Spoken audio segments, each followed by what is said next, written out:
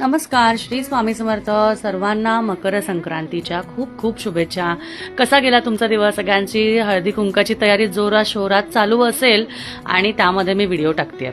वेळ नाही भेटला तर नंतर हा व्हिडिओ नक्की बघायचा. बघा, धनलक्ष्मी कुंचम सेवा आज ही नक्की करायची होती. मी तुम्हाला सांगितलं होतं, अगदी नाही जमलं तरी 12 वाजेच्या आत नक्की करा.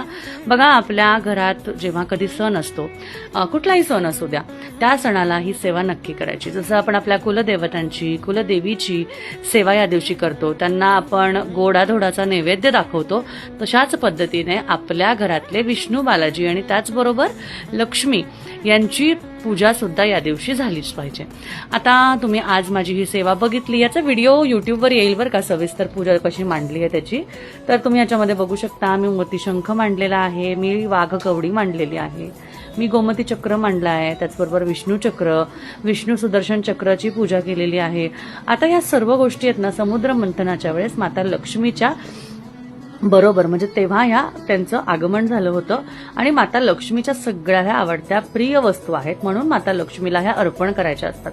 पण तुम्हाला एक गोष्ट सांगू का ताई, सगळ्यात महत्त्वाचं, अशा काही गोष्टी आहेत ना, आता कालांतराने गोष्टी बदलतात. म्हणून आधीच्या काळी तंत्र मंत्र सेवा किंवा बऱ्याचशा अशा गोष्टी होत होत्या ज्याच्यामुळे देवीला त्या अर्पण करता येत होत्या आणि त्या पद्धतीने सेवा अजून प्रभावी होत होती.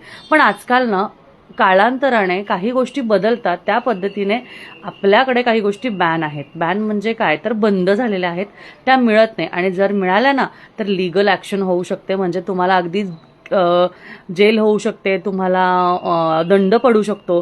त्यातल्या त्यात शिंपले बऱ्याच ताईंनी मला मेसेज केलेत, व्हॉट्सअप केलेत आणि मला सांगितले, ताई आम्हाला ह्या सेवेसाठी शिंपला हवाय.